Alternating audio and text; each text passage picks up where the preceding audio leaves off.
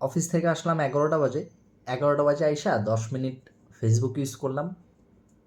10 minute পরে দেখি হঠাৎ করে সাহারি খাওয়ার জন্য ডাকতেছে। তো সাহারি খাইলাম।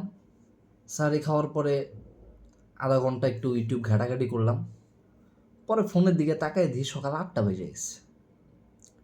পরে ভাবলাম যে 1-1.5 ঘন্টা ঘুমাই, পরে উঠা অন্য অন্য কাজ বাজ করবো না।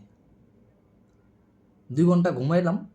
2 ঘন্টা ঘুমের পরে ঘুম থেকে উঠে দেখি ঘড়িতে টাইম বাজে বিকাল 4টা। আমার মোবাইলটা নষ্ট হয়ে গেছে। কেমনে কেমনে যে মনে করেন যে টাইমে আধা ঘন্টা পর পর দেখি টাইম চেঞ্জ হয়ে যায়। মানে আধা ঘন্টা আগে দেখি 2টা বাজে, আধা ঘন্টা পরে দেখি 6টা বাজে।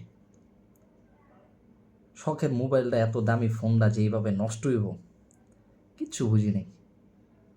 মাথা কোনোভাবেই কাজ করতেছে না। কেমনে কি হইতাছে না হইতাছে আমার ফোনে আমি কিচ্ছু বুঝতেছি না।